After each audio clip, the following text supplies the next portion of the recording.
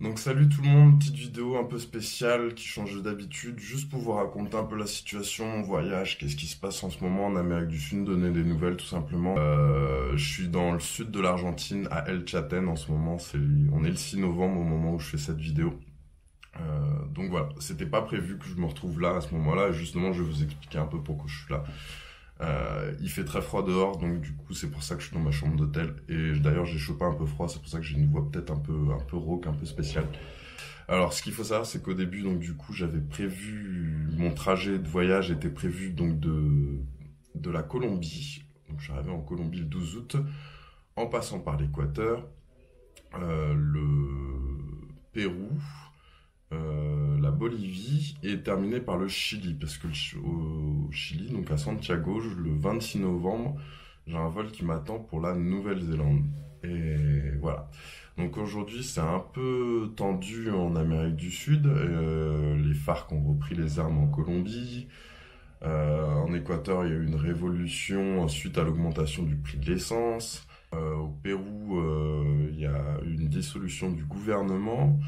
En Bolivie, il y a eu donc les élections présidentielles qui sont mal passées puisque le président actuel, vu comme un dictateur, s'est représenté et a été réélu, mais avec soupçon de fraude.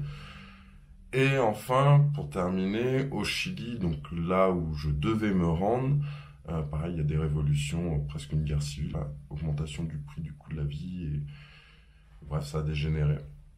Donc déjà en Bolivie, ça commençait à être un peu compliqué pour moi, parce qu'il a fallu que je trouve des solutions pour éviter les zones un peu craignos. J'ai quand même dû accélérer la sortie du pays, puisque le président, comme je vous disais, vu comme un dictateur, a été réélu avec soupçon de fraude.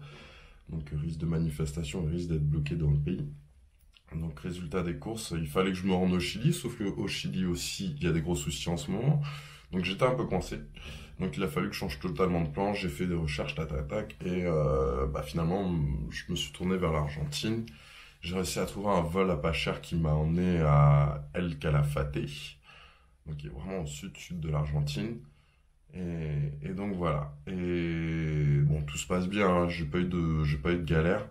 Mais c'est vrai qu'il faut se tenir au courant chaque jour de ce qui se passe et tout ça pour éviter de se retrouver coincé tout simplement.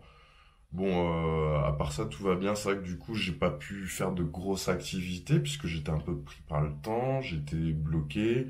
En Bolivie, je suis passé juste pour refaire le bilan un peu là de mon trajet pour que vous compreniez bien comment ça s'est passé. J'arrive à Copacabana, donc près du lac Titicaca. Ensuite, j'ai basculé à La Paz où j'ai fait la route de la mort en vélo.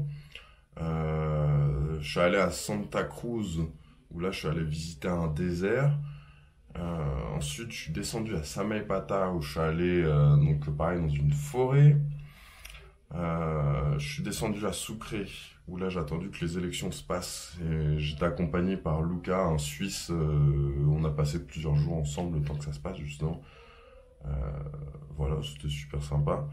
Je suis descendu ensuite à Tupisa pour mon départ vers le Salar de Uyuni qui a failli ne pas se faire d'ailleurs. Bon, ça, finalement c'est bon, ça s'est arrangé au dernier moment. De là, j'ai rencontré une Bolivienne aussi, Gloria, avec qui j'ai passé un peu de temps.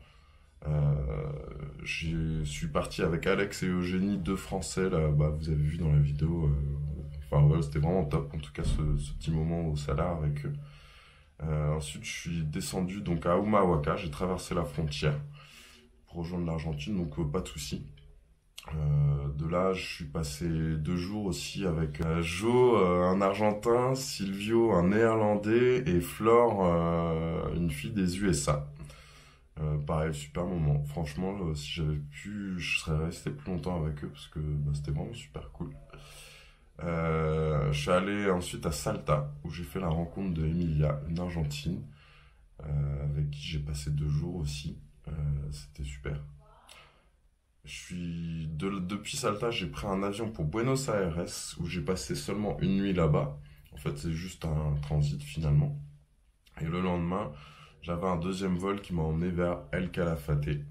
À El Calafate, je suis parti une journée visiter le deuxième plus grand glacier au monde. Et enfin, me voici rendu à El Chalten, qui est la capitale nationale du trekking, a priori. Donc je vais me renseigner là un peu aujourd'hui pour voir ce que je peux faire concrètement.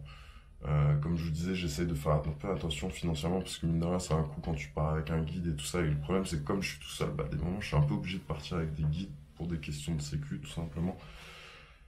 Et voilà, donc bah, j'ai revu un peu ma façon de voyager d'ailleurs à cause de ça, parce qu'au début j'essayais de faire un maximum d'activités dans un maximum de points, mais finalement je profitais pas vraiment.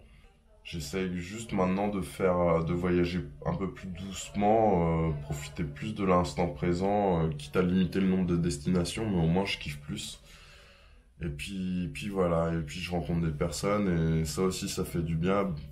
C'est paradoxal, mais mine de rien, le fait de voyager en solo fait que je me retrouve presque jamais tout seul, puisque en fait les gens sont curieux, de voir une personne comme ça seule partir en voyage en solitaire à travers le monde et finalement ça m'amène à faire plein de rencontres. Donc c'est super cool.